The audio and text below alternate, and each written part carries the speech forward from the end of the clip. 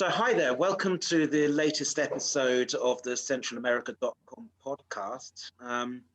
I'm here with a slightly different kind of podcast today in that I'm talking to one of our writers, a guy called Nestor Quixtan, who lives in Guatemala City, Guatemala.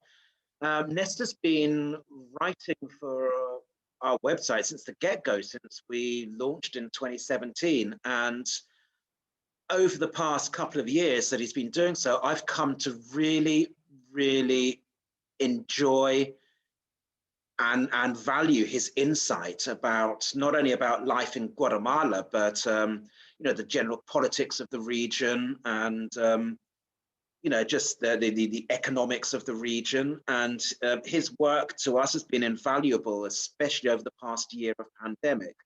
So with that said, I just wanted to welcome you, Nestor. Thanks so much. Thanks And a lot. how's it going, man? Well, not too bad. I believe that things could always be worse. So in Guatemala, definitely things could always be worse. I mean, if you read the news, you think, well, it's pretty bad down there. But believe you me, it could definitely be worse.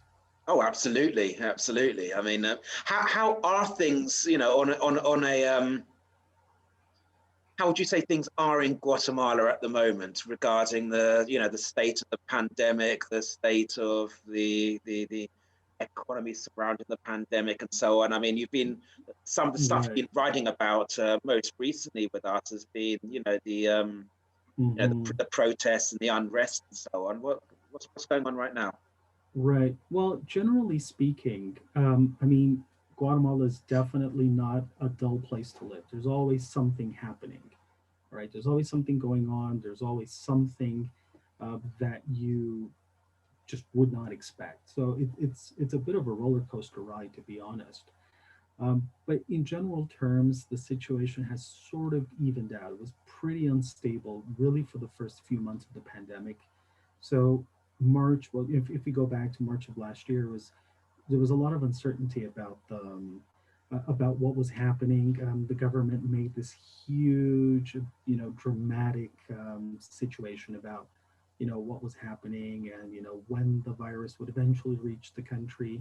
Um, I really didn't agree with the way the government preemptively closed the borders even before there was a single confirmed case.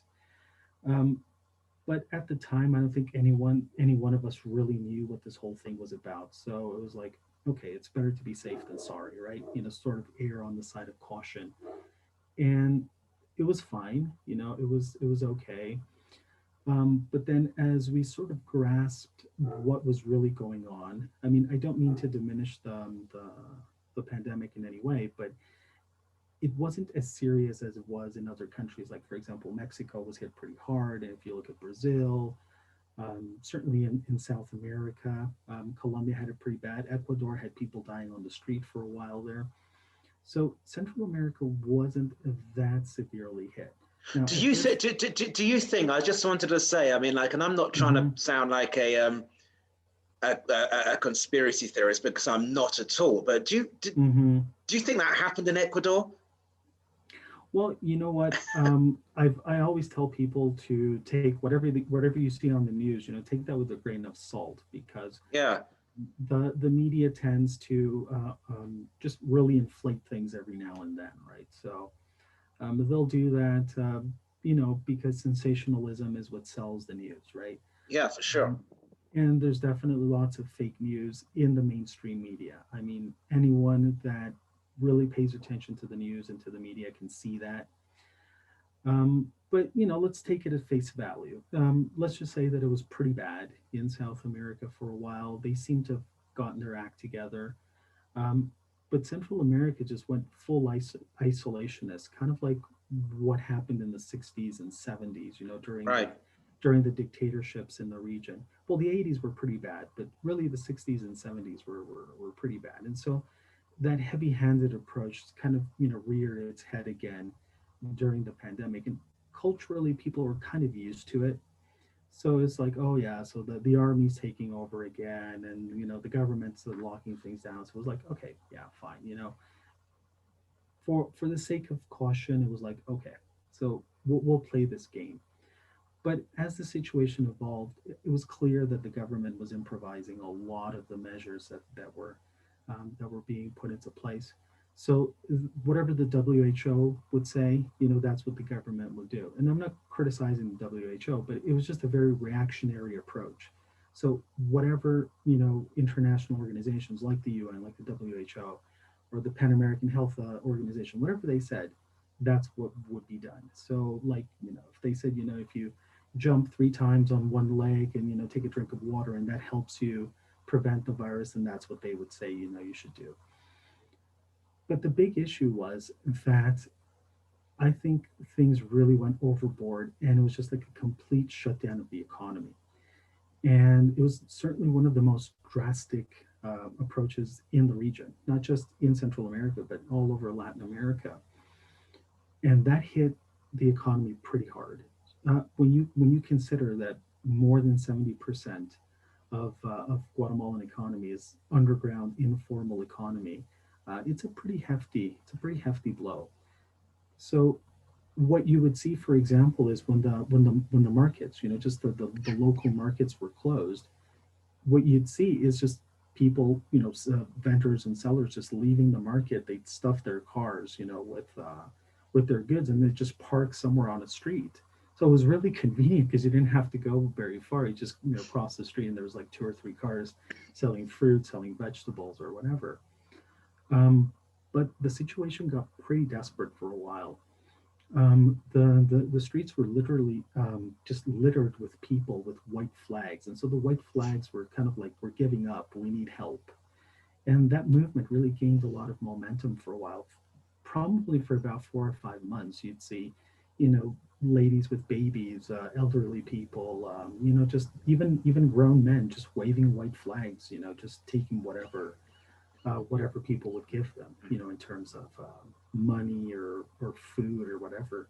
I mean, I saw lots of cars just, handing out food, like bags of food, just handing them out. And, there were generous people who were just, helping those folks out. So it's been clear that the way the Guatemalan government has handled the whole situation has been pretty improvised. The vaccination issue at this point has been just an absolute circus. Have you guys got vaccines up there yet? Okay, so this is just absolutely ridiculous. So when the first batch of vaccines were approved by the FDA in the United States and the European regulators and everything, it was like, okay, we finally have a vaccine available.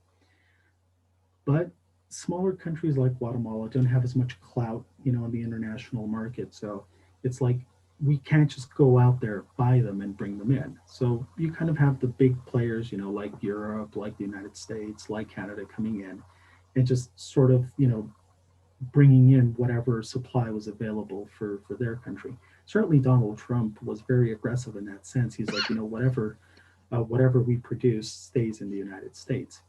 I don't blame him, but he was thinking about his country first. But the whole like international attitude was you sort of want to spread the wealth, right? So everyone gets an equal opportunity to vaccinate. So that kind of left Guatemala out in the cold, and there wasn't really that much access to vaccines. So what Guatemala did, along with the other Central American nations, was take part in a system called COVAX. Yeah. So COVAX is like an equitable distribution of vaccines in this case, and it was created, to create equity in for vaccines, like polio and measles and yellow fever and malaria and all these things. But it came in pretty handy for this whole COVID situation. So around mid-December, when the first batch of vaccines went live, certainly in the United States, the Guatemalan government was like, look, we've already paid a $10 million advance to the COVAX fund to get access to the vaccines.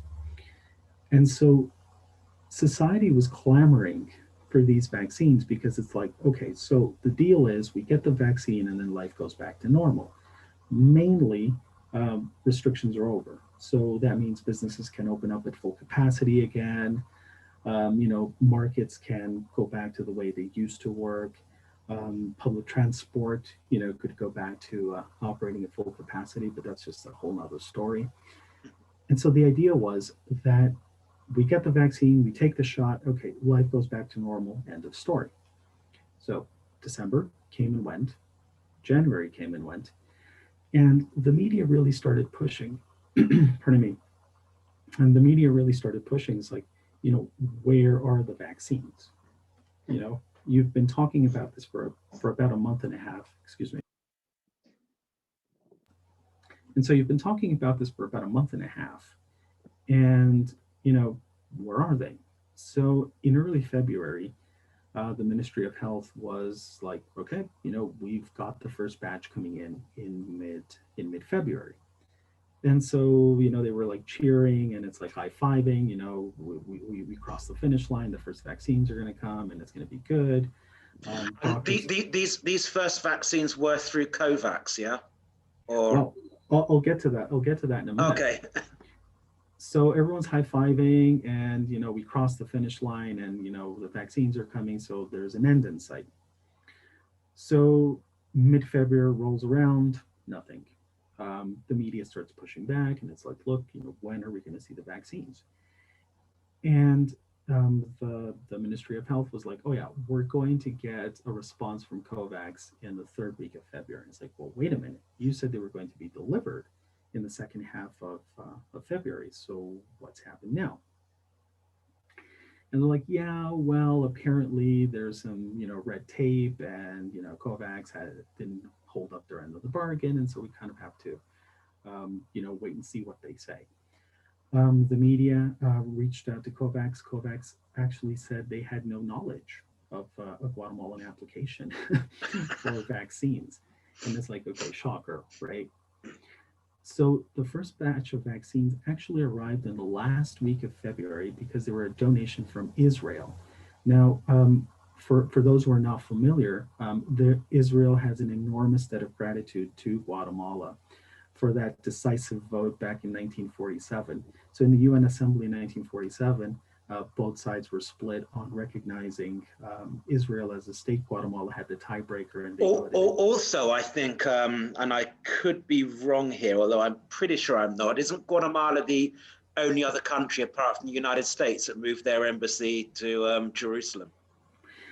That's also true, but when Trump announced that they were moving their embassy to Jerusalem, the president at that time, Guatemala president at that time, said, "Oh yeah, we're going right after you." And about 4 or 5 other countries said the same thing, but Trump, as far as I know, never actually moved the embassy to Jerusalem, but right. Guatemala did. Right. So, okay. I mean, my point is there just to highlight what you were saying, just about like Guatemala and Israel have a very close, a very deep connection. Relationship. Absolutely. Yeah, that's actually super interesting. I never realized that. That's something. That's there's an article right there. Yeah, actually, Israel has been there for Guatemala when during its darkest time. Just as a footnote, during the Civil War in Guatemala, there was a heavy-handed arms embargo during the Carter administration back in the late 1970s. And this was around the time of that whole Iran situation, with the Contras and everything. And so Guatemala was basically banned from any arms sales around the world. And the only country that actually supported, kind of went around it, was Israel. So most of the military hardware that the Guatemalan army used to fight the last leg of that war was Israeli gear. And some of that is still actually in use. So anyway, we come to 2021, and Israel says, okay, here's a batch of 5,000 vaccines. To this day, I'm not aware what exactly were these vaccines, but they came on a plane. They were actually flown in from Honduras into Guatemala. I'm not exactly sure why. I believe that shipment made its way from the Middle East into Honduras, and then from Honduras, there was a military flight that came in, brought the first batch of vaccines, and the government had to make a huge song and dance about how we got the vaccines now, and we're going to vaccinate our doctors and nurses, and it's going to be great and wonderful. The next day, the Israeli Prime Minister got into a lot of heat for donating vaccines. The Israeli Parliament was like, what are you thinking, man? Our population still hasn't been fully vaccinated, and you're giving them away. So they put the brakes on that, and that was that. And to date, it's just been those 5,000 vaccines that have come in. They've already been administered, as far as the media has been able to show. Again, frontline workers were the ones that got them, and that's that. To date, there is no vaccination agenda. I mean, you know what interests me with this? It's because like in Costa Rica, Costa Rica's part of COVAX as well. Although we haven't received any vaccines through COVAX yet, what we've received are we received the Pfizer vaccine before Christmas. They started on Christmas Eve vaccinating, so they made a deal. Panama also did the same thing, although Panama's had quite a bit of their own controversy over this, because they made the deal with Pfizer and then realized that they didn't have the cold space for it, or enough cold space or something like that. And there was like a lot of controversy between Panama and Costa Rica, where the Panamanians were sniping at the Costa Ricans for having vaccine and not having vaccine, whereas they fucked it up. They screwed it up themselves absolutely in Panama. But Costa Rica's gone ahead. But my question to you is about this. I mean, Guatemala, suppose that has the biggest economy in Central America. How come they haven't made their own deals with the drug companies in the same way that Costa Rica and Panama have been able to? Well, that's an interesting question. So there's two dimensions to that question. The first one is like reaching out to drug companies. So as far as the Guatemalan government is concerned, or at least what they publicly said, is that they reached out to the major pharmaceuticals. So when they say major pharmaceuticals, I'm assuming they're talking about Pfizer, Moderna, Astrozeneca. I'm assuming that's who they're referring to. And it seemed, or at least that's sort of what the media portrayed, that it was kind of like a desperate plea for help. And it was like, look, we don't want any handouts. We'll pay for them, but we want to make sure that we're going to get something. As far as any official response from that, I can't really say that at least publicly there's been any type of response from that. But last week, and it's like, big surprise, right? Last week, the government made a major announcement that Guatemala signed an agreement with Russia to get the Sputnik vaccine. And I thought, oh, wow, big surprise. So it was kind of like ultimately the government was leading up to this. And it's interesting. And it's interesting because about 6 or 7 months ago, there was lots of vitriol spewed at the Russian vaccine. There was a gentleman who was leading the COVID response, and he blasted the Russians for not doing their due diligence on the. I think it's because of the way the Russians started, because they announced their vaccine was safe, and like way back, I think back in like August or something, and around there. And I remember like Putin was saying that his daughter had it already, and that was where it all came from. But I think now, I know I know that like the Oxford AstraZeneca vaccine, they're working with the Russians to create combinations of the two and so on, and right. I think their rollout's going on quite well. I mean, I know Argentina is using the Sputnik one. They did, and it was because nobody wanted to do business with Argentina except the Russians. Yeah. So But if you look at the AstraZeneca and the Sputnik vaccine, they're very similar. The way the formula the formula is comprised is very similar to they're very similar to each other. They don't use that mRNA combination that the Pfizer and the Moderna vaccines use. They use a more conventional formulation where they take a weakened virus. Yeah. So essentially, what they did was they took another form of coronavirus. They kind of played around with it. They tinkered it, and that's what you get. You get a weakened version just to spur that immune response and you know help people's immune system respond to the vaccine. So when you bring this into context into Guatemala as a country, really there's a very beautifully crafted vaccination plan. I mean, if you wanted to, take the document as it is, study it and show people how to make a good plan, on paper, that could be a good example. But the reality is that there's no schedule in sight. Like there's no way that you could accurately predict when most people would be vaccinated. So it's kind of like things have reached a point where people have already adjusted to the new. I don't want to say new normal because I really hate that phrase, but to the new circumstances, if you will. Right. And so people have adjusted to the fact that schools are operating at 50% capacity, buses are at 25-30% capacity. There's temperature checks everywhere you go. You have to disinfect your hands with alcohol gel, and face masks are mandatory in all public places.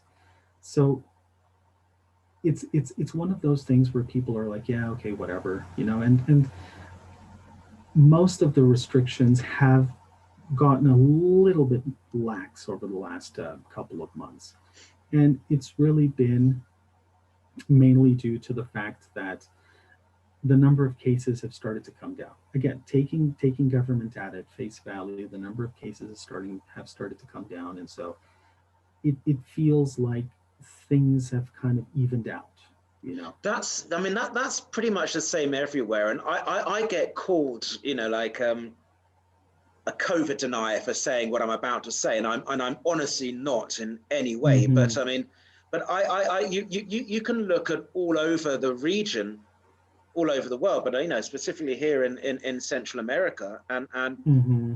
cases are going down. I mean, they're plummeting in Panama. I mean, Panama had a lot to start with. I mean, they were right up there, so they had a long way to come down.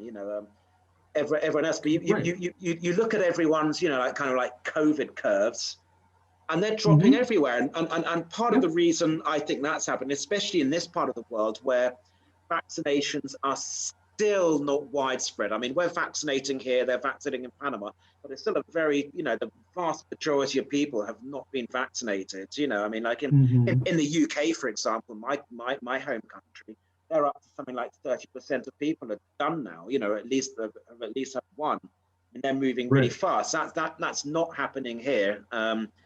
So far it's only Costa Rica and Panama that have started. The rest of the region hasn't even started yet, and yet cases are plummeting. And my without any medical training whatsoever, but just using logic, I think that's because most of us have had this thing already in Central America. Oh yeah, absolutely. And it's running out of steam. And the people, because how we count here in Central America are really, I mean, it's like here in Costa Rica, they were going into some places and testing. But most of the time, the vast majority of the time you get tested because you feel sick enough to go to a clinic or something, and you're worried you've got it, and you get a test. And yeah, absolutely. Most people, I think, who've just got, like a little bit of grippe or something like that or nothing, are just assuming, yeah, I've got this thing, and it never gets counted, never gets tested. And I think most of the people who have been sick enough to merit hospital attention, or who have sadly, like passed away from this, I think that's what's happened to most of them. I just think it's going through the rest of the population now. And I think that's why you're seeing it drop, because when you're seeing it drop, when you're seeing the numbers drop, it's not so much about case numbers. It's about the case numbers of people who are sick enough to go to a clinic or to their doctor or to a hospital and get tested. I mean, yeah, absolutely. I get called a crazy person for saying that, and I just think that's just quite. I don't see the controversy in saying that. You know what? One of the things that I've been, saying all along is that we most likely, and when I say we, most of the people that live in this country have already gotten the illness, and we never even knew about it. Around January 2020, so January last year, there was this huge wave of just flu, just an enormous wave of flu. And it was the kind of flu that would knock people into bed and keep them there for 3 or 4 days. And it was really unusual. A lot of the kids in my daughter's school were just getting just unbelievably sick. So it was like they were taking turns, right? So all the kids would miss like 1 or 2 days of school, and then so a couple of kids would miss school, then another couple of kids missed school. My kids missed 1 or 2 days of school, and then I got sick, and I'm not like a super healthy guy, like I don't ever get sick, but I'm the kind of guy that just gets, the flu once a year and that's that, right? But I actually got the flu in December of 2019. And then I got the flu again in January of 2020. And it was like, you know, it had been a very long time before since I'd gotten sick like that. So it was just really strange. And when the whole COVID thing came out and we looked at the symptoms, I was like, holy jeez. I just ran through the checklist. It's like, yeah, yeah. So I've been, relatively fit my whole life, but I had trouble breathing. There were times where I felt like I was short of breath, and that was kind of unusual. That myth, if you will, where they say where you lose a taste in your mouth. I remember, just eating and not really feeling, not really tasting what I was eating. I had, like a burning sensation in my eyes. I had that dry cough for a couple of weeks. Not the dry, wheezing cough, but just a dry cough. There was like no phlegm coming out or anything like that.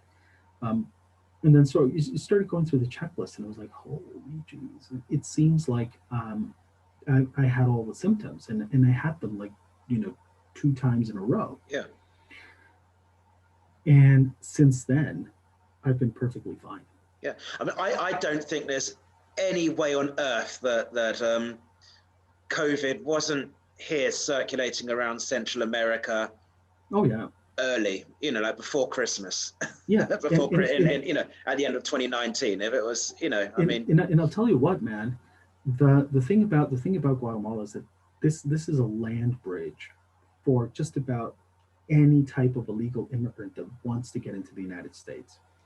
So Mexico's pretty tough on illegal crossings. So one of the things that illegals do is they'll go into Guatemala and they'll go through Belize. It's a pretty tough journey, but Belize is just a jungle basically. So there's no real controls in borders. There's lots of just illegal border crossings. People just walk across them, and Belize has a very scant military force, so they can't really enforce their borders. So you could just walk across into Belize, you go through the jungle, and then you're into Mexico, and then it's a straight shot into the United States. Under the Trump administration, there was a lot of backlash there. They were really stonewalling that, but ever since President Biden took over, they just really opened up the faucets. That's another story. But anyway, the point is that Africans, Syrian people, Chinese people, Asian people, they'll go through Central America. Not to mention, all of the immigrants that come from South America, the famous caravans and everything. And those caravans, if you actually comb through people, you'll see that they're not all Hispanic. Yeah. There's people from different ethnicities, and so what that tells you is that this is just a land bridge, and assuming that COVID was around since, or had been around since, what, let's say conservatively, since around October of 2019, it's pretty safe to say that the region already had COVID, and lots of people Absolutely. had no clue what was Yeah. going on. They just got sick. Yeah. Um, Lots of people died, unfortunately, and perhaps they'll never know that that was the cause of what happened. I mean, they talk about, I mean, and I don't want to go too much into the conspiracy side of this, whatever. But they took, but this isn't a conspiracy. They found, in wastewater traces of COVID Yep, in Brazil, absolutely. way predating when it arrived in Brazil, or even in the Americas. They found it in Italy and Spain. Yep, that's right. Way before. I mean, there's two studies. There's one by a Spanish university. They found traces of COVID in wastewater as early as August of 2019. Yeah. There was another one by an Italian institute. I think they found it in September or October of 2019. So again, avoiding the whole conspiracy thing, like somebody invented it and released it out into the world, and they wanted to decimate the world population, blah blah blah. Let's just assume that this is a natural occurring phenomenon. It's entirely plausible that this whole thing started even before we realized what was going on. I think there's no doubt of that whatsoever. Yeah, I would encourage people to just think about their symptoms in 2019, because if you had a pretty serious cold or a pretty serious flu close to the end of 2019, there's reason to believe that might have been it. That might have been it. And I've spoken to folks around the world, and they all say the same thing. Around October, November, December of 2019, heading into January of 2020, they had some serious flu symptoms or serious colds, the kind that feel like you got hit by a car. And it's just really suspicious, because when you go through the checklist, everything, or at least most of the symptoms, check out. So yeah, that's the same here in Costa Rica. I mean, I know countless people who think they had it down here before it came. Yeah, for sure. Same all over the region. It's absolutely. It's just so. I mean, up to now, it seems that because kind of bringing the conversation back to the way things are in Guatemala. I mean, Guatemala is just pretty much cut off from the world. Really, there are just really difficult requirements to get into the country. And so you need a negative COVID test that's at least 3 days old. Well, a maximum of 3 days old. Do they accept an antigen test to get into Guatemala? According to the rules, they do. At first they didn't, but now they do. The civil aviation authorities do accept it. So it would have to be a PCR or an antigen test, as long as it's based on a nasal swab. There's a blood test and there's a throat swab, but those aren't accepted. So that's the first thing. And then secondly, if you've had vaccinations, you need to show some kind of proof. Recently, the guidelines were updated. So if you've had COVID in the last 3 months, you would have to provide some kind of proof that you've had it. And at least it's on the books. So that would be like, say, an antibody test then, or something. You get one of those to show that you have antibodies, COVID in your. Well, at least a doctor's note, some kind of certificate, right? Showing that you've had it, right? So a lot of that really depends on the airlines, because some airlines won't let you board unless you have those requirements. Now, when you enter the country, you can do so without the test, but then you'll have to pay for it in the airport.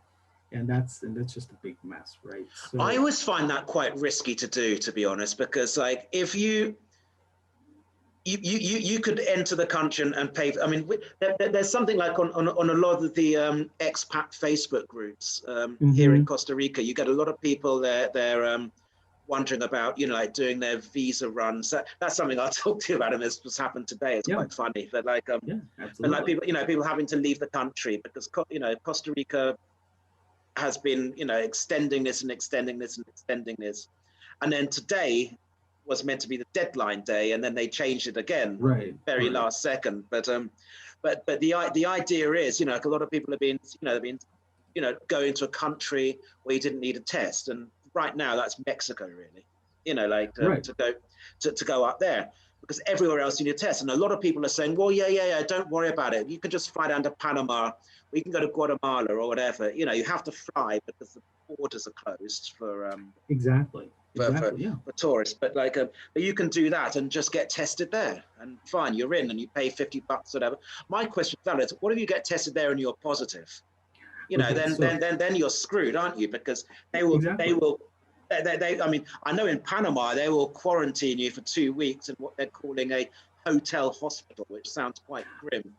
And yeah, that's what they're doing in Canada. So in Canada, if you go in there, I mean, you don't need to have the test with you. Even if you do, they'll make you take it. At least, for example, in Toronto Pearson International Airport, they'll make you take the test. And if you're negative, well, they'll make you pay for a 3-night hotel stay. yeah, And then and that includes the cost of the test. And so you take the test, and if you're negative after 3 or 4 days, however long it takes, then you have to quarantine for 14 days, and then you're free to move about the country. If you're positive, then you get hauled away to some place or whatever. Well, I mean, my point is, why take that risk? Get tested before, and Exactly. because I mean, I could imagine. I mean, like, what happens? Say I get onto a flight tomorrow to Guatemala City, and I'm like, oh yeah, I'll just get tested up there, no worries. And then I'm positive. What would happen to me? Well, if you're not a Guatemalan national, then you'll most likely be deported. You'll be asked to board the next flight back to your country. Really, that's interesting. So they'll do that, knowing that you're COVID positive. They'll put you on a plane.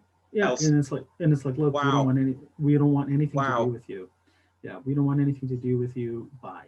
Because the thing is that there is no travel insurance requirement so far. Yeah. Kind of like what you need to go to Costa Rica at the moment. Yeah. So there's no travel insurance requirement. So they're not going to put foreigners up in national hospitals. Yeah. And a foreigner or a tourist is not going to pay for a private hospital, a 2-week stay while you're under quarantine. So really the only resort is say, you know what, just go back to your home country and deal with it. Wow. I'm amazed at that. I'm not aware of any situation like that. See, this is another thing I want to get at, is that it seems that like a lot of the testing and, safety measures and everything, a lot of the institutions, businesses and all that, they're kind of going through the motions. They're pretending that they're doing it. I've noticed that when you go shopping, you go to places, they'll take the heat gun, the temperature gun to take your temperature, but they kind of like fake that they're doing it, because they know that if someone has actually got a fever, then that's a customer they're going to lose. Yeah. And shops are pretty deserted as they are already. So if they're denying people entry, they'll lose shoppers, they'll lose sales, and all that sort of thing. That's actually happened to me way back. Months ago, I got denied entry into a store. I think it was Walmart, a Walmart here in San Jose, because they said my temperature was too high. It didn't bother. I'm like, yeah, all right. I didn't complain, and I just walked off. And I didn't feel I had a temperature. It was a hot day, and sure, whatever, I mean, I think it might have been that. And I also have a guy who I know who lives in Guatemala. He lives in Antigua. Okay. And he was telling me that happened to him. Well, he didn't. He put it on his social media. Well, that happened to him going into a restaurant in Antigua one day. He was like, and he'd walk from his home in Antigua. Yeah, and hot day, did the thing. They said, you can't come in, you're too hot. And he's like, yeah, all right, whatever, So it does happen. Yeah. So when you now that you mention Antigua, I mean, if you think about tourism, okay, so let's say that you go through all the hoops and ladders, you come into the country, you've got your COVID test, you're good to go, and you think, okay, it's going to be great. I'm going to go see Tikal, and I'm going to see the Lake Atitlan, and I'm going to see this, and I'm going to see that. And guess what? Most of it is closed. So you go to Antigua and the streets are pretty deserted. I mean, some businesses are open, some restaurants are open, and they would gladly welcome you in, but they can't because they're operating at 50% capacity. All right. TCAL was closed for almost a whole year. They had to get the army. The government had to get the army into TCAL because poachers were moving in, and so people were setting up tents and everything, and so the army had to go in and get everyone out. So even if you did take the chance to come down here, the most of the traditional places that you could go to, like if you wanted to go to Atitlan and party, you can't really do that anymore because of all the different restrictions. Like clubs are closed, pubs are closed, restaurants are operating at 58% capacity. There's a dry law, so you can't drink in public after 9 p.m. It's all that. I thought you guys had dropped all your restrictions. Nope, nope, not at all. I mean, it's not as serious as, say, what's going on in Europe. I mean, you could pretty much move around, and there's really nothing stopping you.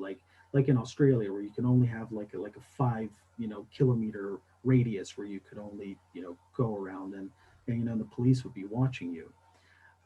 So, but there were a lot of like interdepartmental restrictions. So like Guatemala is divided into departments, right, or provinces or regions, whatever you want to call them. So you could only go up to the border, and there would be police patrols stopping you from going there. So one of the biggest issues people have is going to the beach. So if you go to from Guatemala City to the beach, it's without traffic, it's like about maybe an hour and a half drive. But because it's technically in a different department, the police would make you turn back on the highway. And if you insisted in going through, they would fine you or ticket you, arrest you, whatever the Yeah. cops wanted to do. So Right. unless you had a guy bleeding in the back of the car, they wouldn't let you pass. And that went on for months. A lot of those restrictions were dropped at the beginning of the year. Um, but even so, a lot of what you see is just pretty much people going about their daily lives.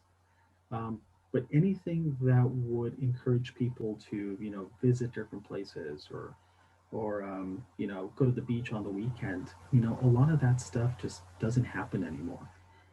And even though the government has tried to encourage people, to go to the beach or, visit local hotels or go to restaurants, I mean, even if you wanted to, even if you have the money, which is another story, even if you had the money to do it, you really can't. Even if you go to McDonald's, you kind of have to pop your head in. And it's like, oh, sorry, we're full. Oh, geez, okay, fine. You know, Right. but well, we have takeout. We have delivery, and it's like, yeah, I know you have takeout. I know you have delivery, but I just want to go somewhere and sit at a table and chat with my friends. Yeah. And even then, you have the waiter looking at you like, okay, you know what? It's been 30 minutes. We have other customers, man. You know, so it's it's a pretty, I don't want to say sad, but disheartening. Maybe that would be a good word. It's a disheartening situation. When, Really. when do you think things will start picking up? I mean, I imagine that tourism is down like ever. Is Guatemala actively promoting tourism again? Unfortunately, no. See, that's another thing. There was this press conference in the news like about maybe 5 or 6 days ago. It was last week, and the tourism board came out and they said, look, our yeah, year to month sales are down for about 75%. You know, this was February. So when you compare February 2020 to February 2021, there were no restrictions yet, so it was like the economy was still moving at full capacity. So that comparison was 75%, and I'm sure if they compared it to what it would be like in say April or May, it would be just absolutely devastating, right? So on the whole, tourism, anything that's related to hospitality, restaurants, that's down about 75 to 80%. And the government is really not actively trying to promote Guatemala as a travel destination. So it's like if you want to come here, you're welcome, but these are the restrictions. If you're willing to, deal with them, great, fantastic. And if not, then oh well, too bad. Come back when the pandemic is over. Right. That's pretty much the message. So it's not really a welcoming um, attitude for foreigners. What the government has tried to do is promote domestic tourism. And it's like, oh, why do you need to go to Costa Rica? Why do you need to go to Mexico? Don't go to the U.S. The U.S. is filled with restrictions. Europe is closed. The problem with promoting domestic tourism, I mean, and we saw this here in Costa Rica, although in Costa Rica they were more successful than I think even they thought they would be last year when they were promoting domestic tourism. So a lot of ticos did actually go out and travel, but in Guatemala, how you're saying, because the economy's been hit so hard. It's one thing, yeah, domestic tourism. But if everyone's lost their jobs and has no money, then yeah, that's exactly it. That's exactly it. One of the biggest symptoms of the economy being hit so hard is the weekend. So before the pandemic, you would have to rush out of the office on a Friday evening, because if you left the office after 5, or if you left work after 5, it would take you 2-3 hours to get wherever you were going. Because I mean, the whole city, Guatemala City, was just gridlocked, with people driving their cars and going out and going shopping, or going to a bar, going to a pub. So it was just madness. The first few weeks of the restrictions looked like a zombie movie. It was just like streets completely deserted, and you could literally hear a pin drop, because it was just so quiet. But after most of the restrictions were pulled back, those chaotic Friday evenings or weekends, were just a thing of the past, really. I mean, there's traffic, of course, because lots of people are moving, but it's not quite the same as it used to be. And so what that's telling us is, one, a lot of people are staying home, because they're working from home. But more than that, people aren't encouraged to go out as much anymore. And it's partly, because restaurants and businesses are closed or operating in half capacity. But also, people just don't have the same income as they used to. Layoffs have been pretty serious. There's no official data, and I don't think there ever will be. But just by talking to people, you can even see with your neighbors, lots of people have lost their jobs, their hours have been cut back. I've heard lots of stories of, people that, worked in a restaurant and they supplemented their income on tips, but, they're not getting any customers anymore. So they're only doing takeout. And so basically their salary's been slashed in half. So and also, oh no, sorry, go ahead. Oh, I was just going to say that, you still have a job, but you're not making as much money as you used to, and that's a reality anywhere in the world. Yeah, certainly here in Costa Rica as well. I mean, the other thing, like what happened. This is where it's so difficult down here in the developing world in Central America, is because in my country, in the UK, they effectively furloughed as many people as they can, and the government picked up the bill for that. They were paying, right. They were paying like 80% of the government were picking up 80% of your salary, as long as a company promised to pay the other 20%. And right. For that way, you didn't have to work. You could stay at home. If you could work from home, that was fine. That was, They can't afford to do that down here. There's no unemployment. No. There's no, no. You're on your, and if you're working in the cash economy as well, which a lot of people do. I remember like here in Costa Rica, there were people who are still waiting for their bono protejos, the money, the one-time payment they were going to give people who lost their jobs last April. And it was something like $200 or something. It wasn't that much, and it would help, yeah. But like a lot of people never saw them. There's someone who I've been speaking to quite a bit, like on the beaches in Costa Rica, the tourism communities here in Costa Rica were devastated by this. But everyone's out of work, and I can only imagine how that would play out in Guatemala, where there is a higher percentage of people in the informal economy. More Guatemalans rely on remittances than most other places, and I'm guessing they dropped from the States and other, That's actually an interesting point you brought up, because 2020 was a record year for remittances in Central America, mainly the Northern Triangle, right? So Honduras, El Salvador, and Guatemala. Yeah. And so the only reason why this country hasn't descended into chaos and civil war and people just cutting each other up with machetes on the street is because of the remittances. That's really been what's kept this economy afloat. The government doesn't want to admit it, but when you look at the balance of payments, Guatemalan exports are actually lower than remittances. 2020 was the first year that the government openly admitted that remittances were higher than exports. So, Wow. I mean, they're chalking that up to the fact that because of the restrictions and the supply chain slowing down and all that sort of stuff, right? So is it that remittances went up or exports went down? I'm guessing Well, it's exports actually went down. it's actually both.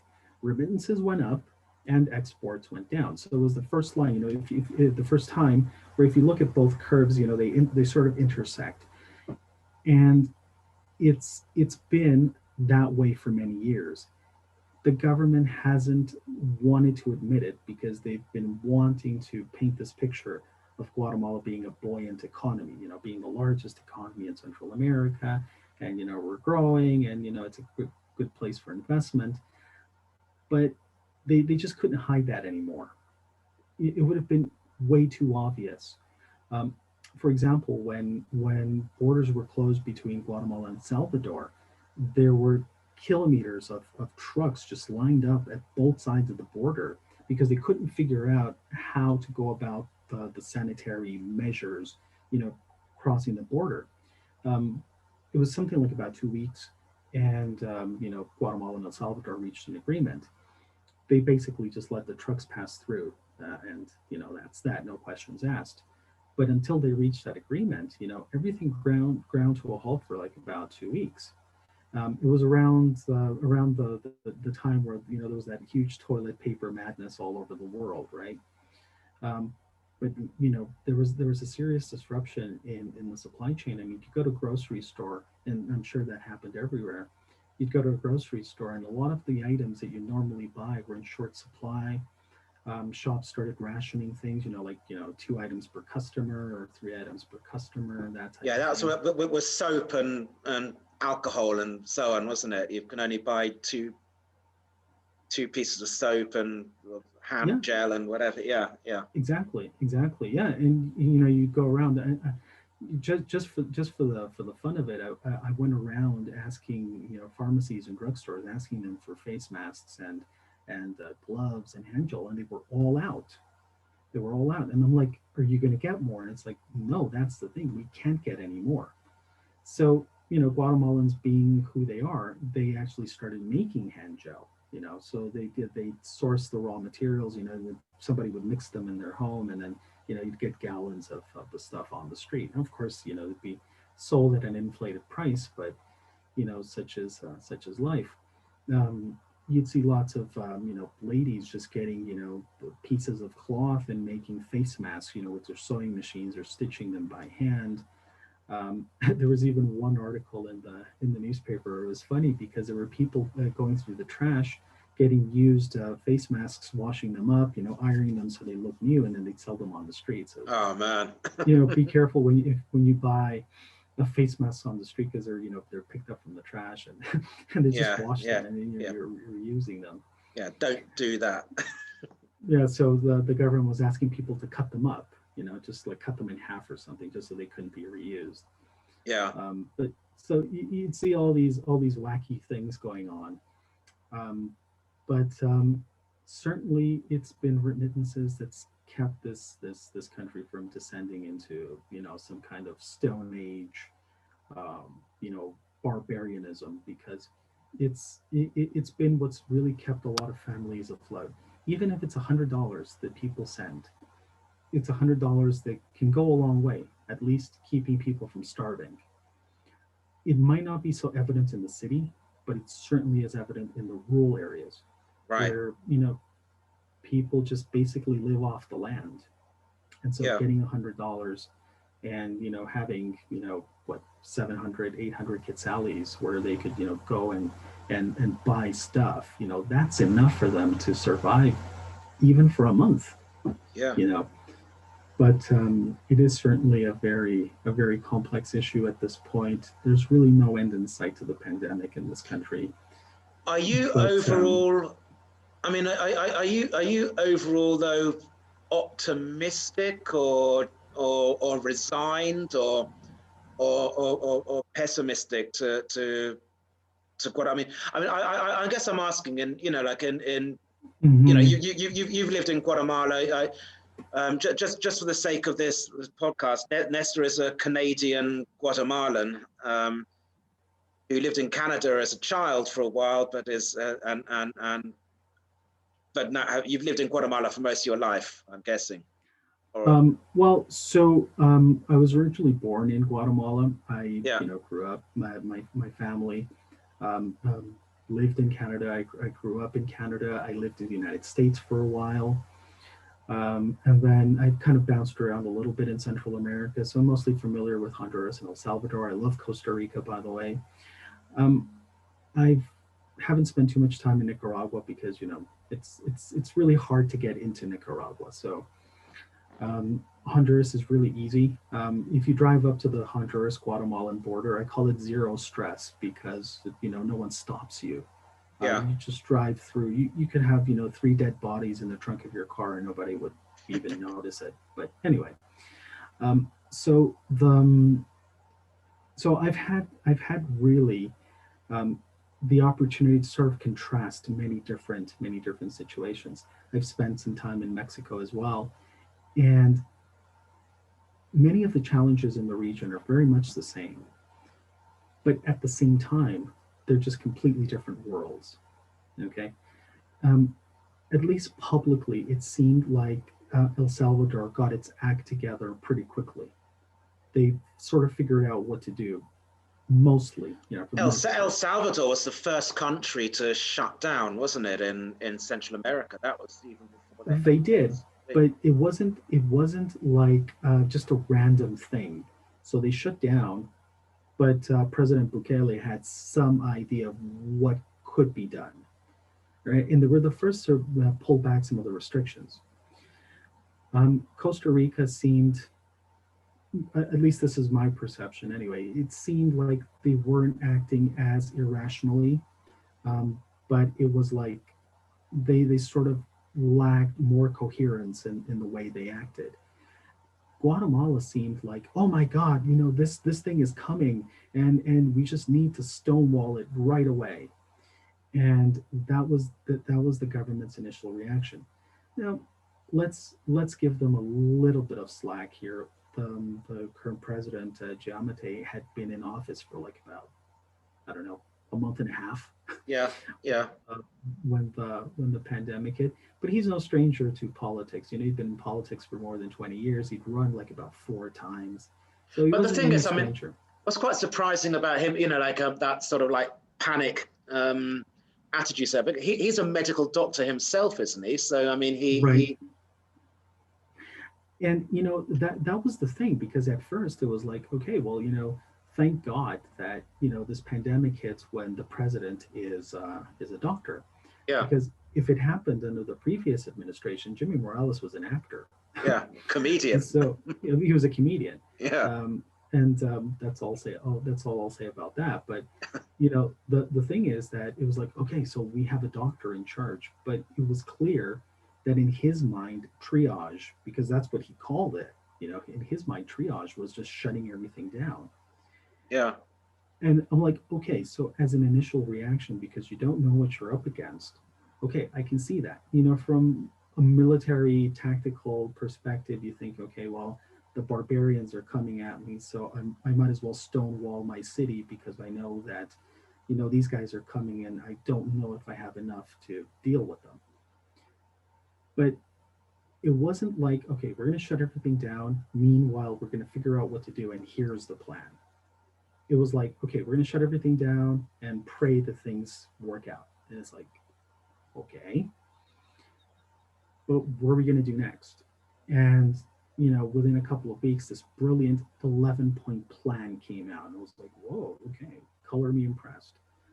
But none of that actually happened, and that's where one thing leads to another. So have the people of Guatemala, you say, just lost faith now? And I mean, what little faith they ever did have in their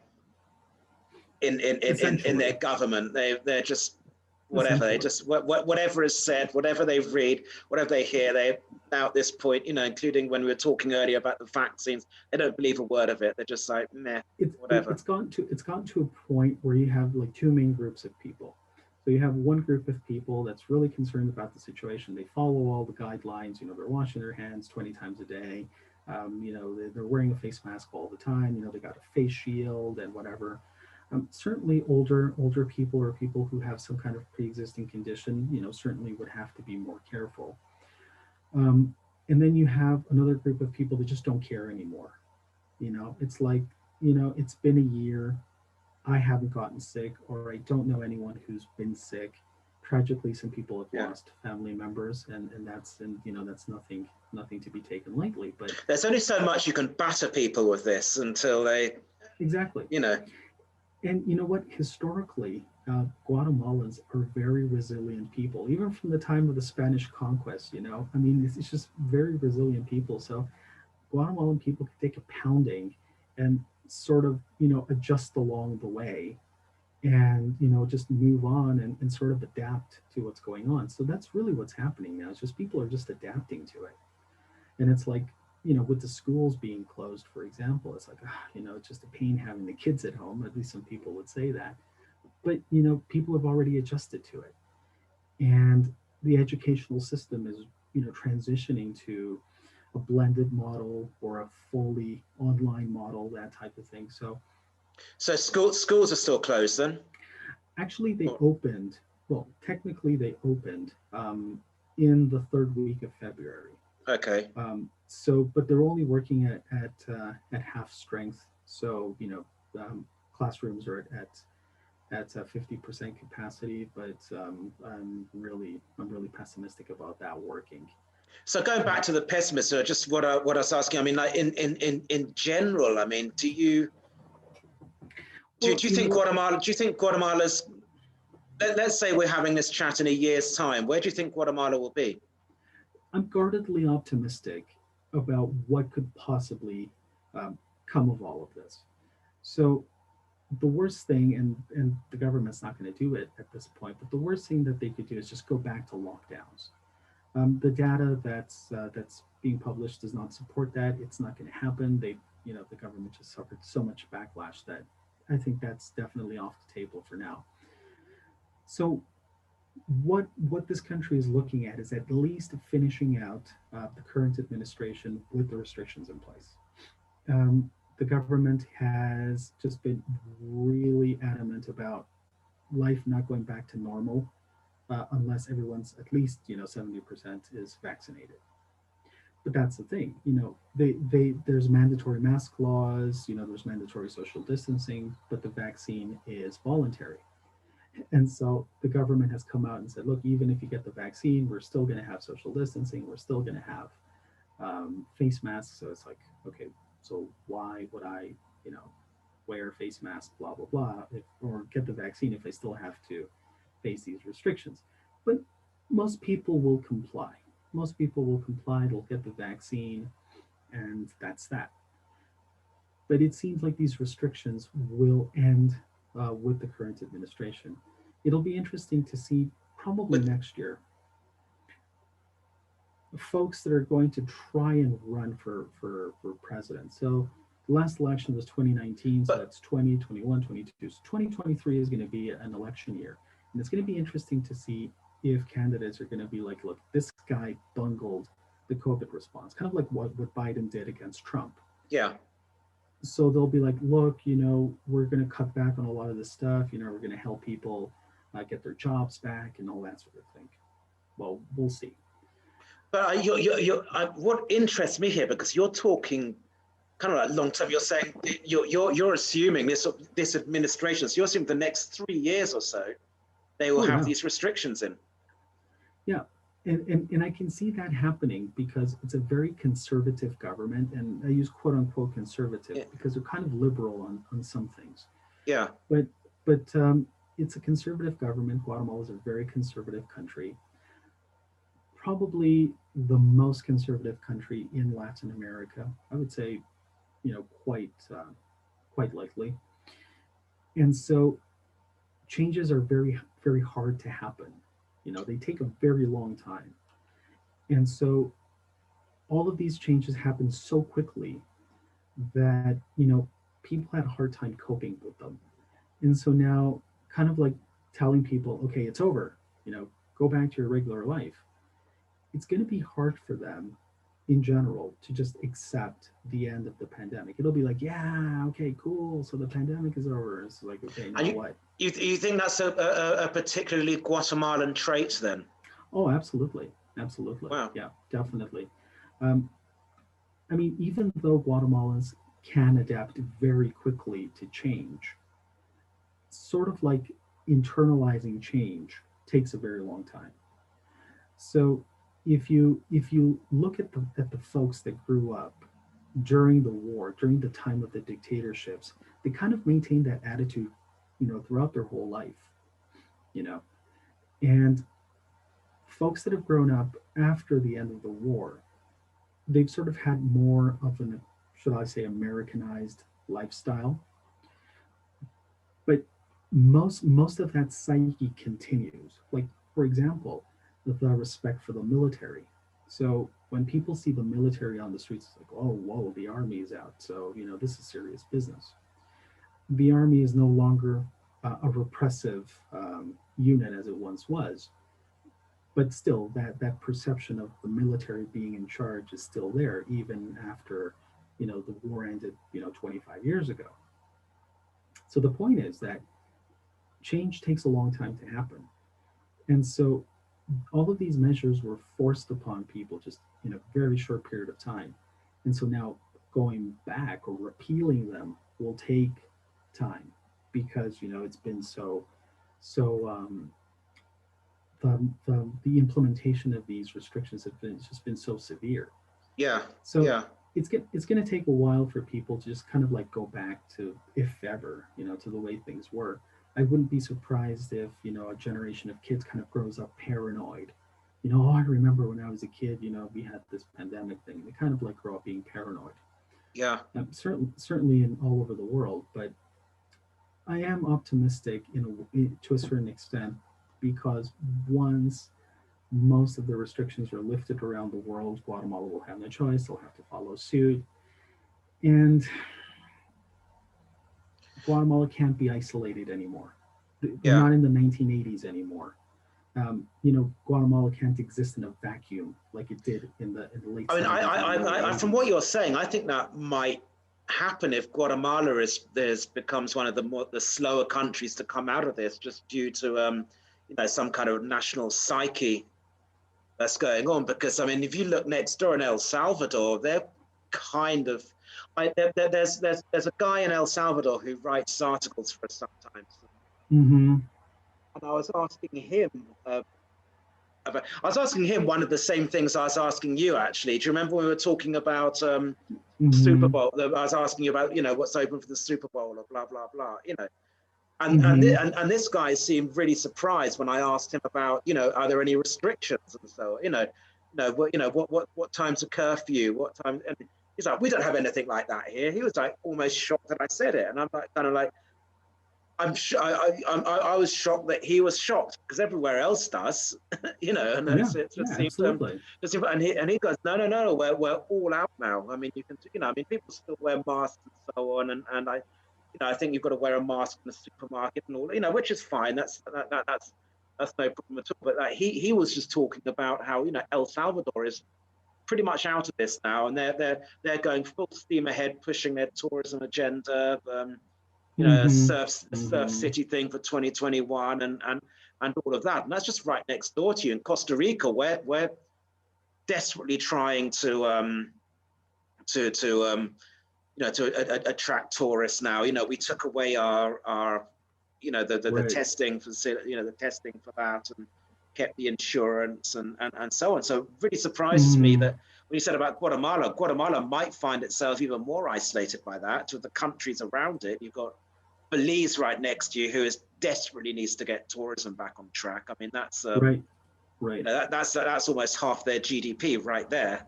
You know, Right. so Absolutely. they'll be doing whatever they can. And El Salvador, the other side, Mexico, I don't know. It's I think maybe Guatemala might. I mean, do you not see that Guatemala might, you know, say in a 6 months' time, maybe like look at all these other countries, open up again, and think, what the hell are we doing? Or I certainly hope so. I mean, Guatemala's got the type of economy where if they really wanted to step on the gas, they could. You know, it really could. You know, um, if the government decided to hang up this big, you know, open for business sign, it definitely would pick up steam. You know, and it could literally blow away all other economies in the region, because Guatemala doesn't just depend on tourism.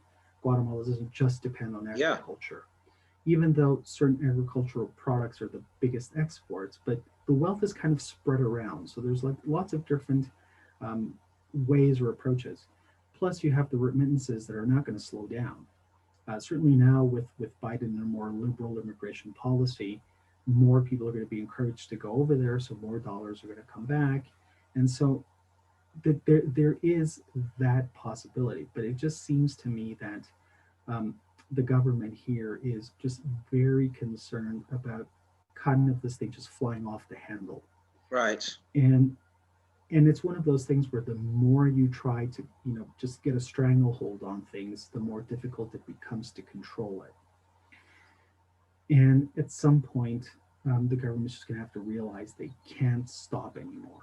You know, certainly with what would appear to be the United States kind of starting to try and come out of it, they'll have no choice but to say, you know what, we kind of give up, and you know, we're just going to go with the flow, and start, you know, and start opening up the shop again.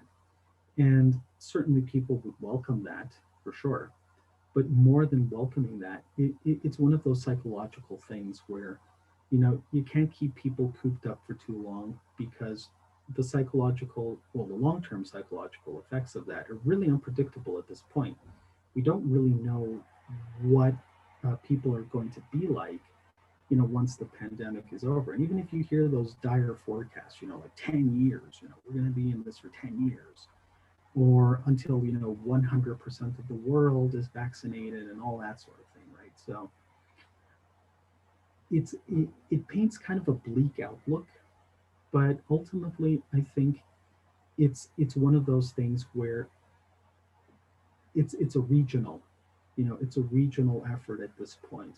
Because let's, you know, just for the sake of argument, you know, Costa Rica says, you know, full steam ahead. El Salvador, you know, comes out guns blazing. Even Honduras, they're a mess, but Honduras comes out guns blazing. And Guatemala kind of like steps back. You know, they're going to be like the pebble in the shoe sort of thing, you know, where like the whole region is trying to, you know, move past this. And, you know, there's like, you know, a headwind that's keeping the region from growing. And, you know, at some point, it's going to have to, the government is going to have to change. They're going to have to accept that you can't force this situation for much longer. And hopefully the response will be like a measured reopening approach, you know, where slowly things, you know, will eventually go back to the way they were. And by then, you know, the world will be in a much better position. Yeah. But yeah, I can see this whole thing playing out for at least for the remainder of this government, and who knows what can happen at any point. And that is the thing I'm taking most from this chat, man, and that's something we can talk about again. I just wanted to say, I mean, I think we'll wrap this up now, because we've been going on for almost an hour, and we've been and which is great. I've enjoyed the chat, and I think it definitely means we've got to do this again and have a few. We'll make this one. This one has been entirely about the COVID situation, which I think is fair enough. For sure. You know, I mean, it is the most pressing issue at the moment, for sure. Oh yeah, absolutely. But we can break these down. We can do one again in a couple of weeks or a few weeks or whatever, and talk about other stuff. But well, certainly, at least whatever readers are concerned about, what your audience is concerned about, definitely those are issues that we should be addressing. Absolutely. I know that Central America is a very interesting region, and it's certainly puzzling to a lot of people that are not familiar with the dynamics of the region. I'm sure you know exactly what I mean. When you look at it from a foreigner's perspective, it's like, this is just a completely different dimension. Yeah. It's a completely different planet. Yeah. So definitely it's one of those things. But yeah, absolutely. I mean, it'd be great to go over different aspects, certainly that people are interested in hearing about. No, absolutely. I mean, I had no idea right now we'd spend like almost an hour talking about the COVID situation in Guatemala. Awesome. But I think it's an important issue. And I think, anyone listening to this will find themselves quite informed about how the situation has played out in Guatemala and how and why, how it will play out in the future and why you think it will play out in the future. I think that's quite invaluable. So, so let me thank you so much, Nestor, for chatting right now. Well, thanks a lot for having me. Definitely. I think we touched a lot of bases here, and there's certainly a lot more to talk about. If you wanted to go over what's happening in this tiny corner of the world, but I guess we'll leave that for next time. Absolutely. All right, man. Well, thanks so much then, and we'll speak soon. Sure, absolutely. God bless. Cheers then. All right then. Bye.